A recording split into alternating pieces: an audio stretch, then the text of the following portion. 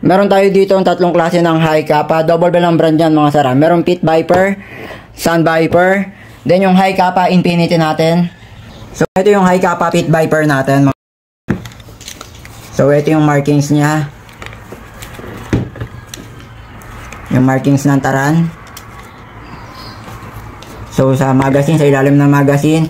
High kappa Pit Viper color black yan ha. Nagawa ko natin dati ng video pero yon. Tatry natin yung FPS niya, gano'n nga ba siya kalakas. Ang kasama niya, pag nagabigay niya, may kasama ng Continental Gold Coin, Continental Guard. Then yung nozzle tip natin, kasama na yung nozzle tip. Cleaning rod, pantanggal ng bara. Ito naman yung high kappa Sun Viper natin, maroon colorway yan. Bakal yan mga sara. Nasa 1.7 to 2 kilos ang bigat nito eh. Solid na solid. Nagawa ko na rin to ng video. Ito yung markings ng taran ha, sa magazine. So ito, maroon colorway. Yan.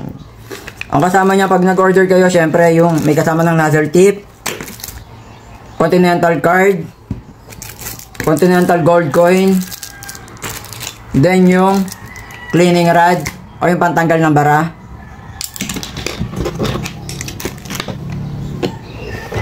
So ito pala yung high kappa Infinity natin.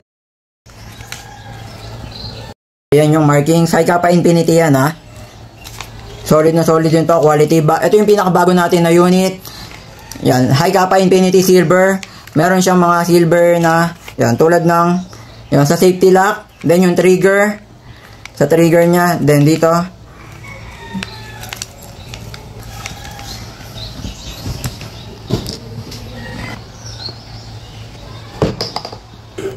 So ito yung mga pwede nyo gamitin na green gas mga sir. Meron tayong color black, yung color white na green gas. Then ito, bagong labas to na limited lang yung meron ako na ito.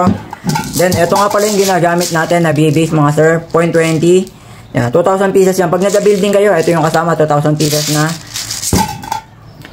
Ito pala yung high kappa natin. High kappa T-Rex WM brand. Full auto na yan mga sir. Isasabay ko lang to sa FPS test.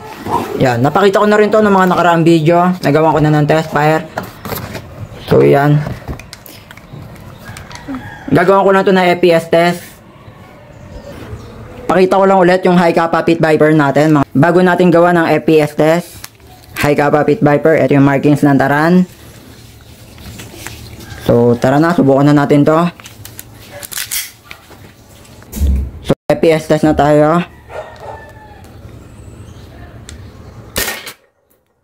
294. 290. Solid din tong high kappa Pit Viper natin, no? Nasa 300 FPS din, nagre-range. So yung high kappa Pit Viper natin, meron siyang safety lock mga sir. Next naman natin is yung high kappa Sun Viper. Yan, maroon colorway yan ha. Mabigat din to, nasa 1.7 kilos to 2 kilos din to. So FPS test 291, solid din ha. 291. Then yung high kappa Infinity natin, test tayo na FPS ha. Yung pagka silver, meron siya dito sa lock, sa trigger pin. 319, ang taas ha. 319. 324. Solid oh. Siguro pabago-bago, depende pagka kalalagay lang ng gas o yan, pagka paubos na. 315. Solid din. So high kappa Infinity pala yung nakita nyo.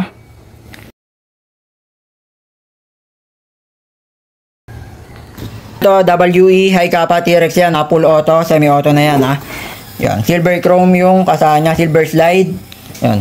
Gawan ko lang din ng FPS test to. WE high kappa T-Rex, silver slide yan ha, silver chrome yung kasahan. So gawan ko lang din ng FPS test to, singit ko lang dito.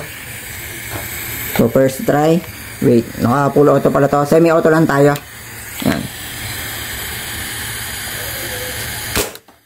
314, 313,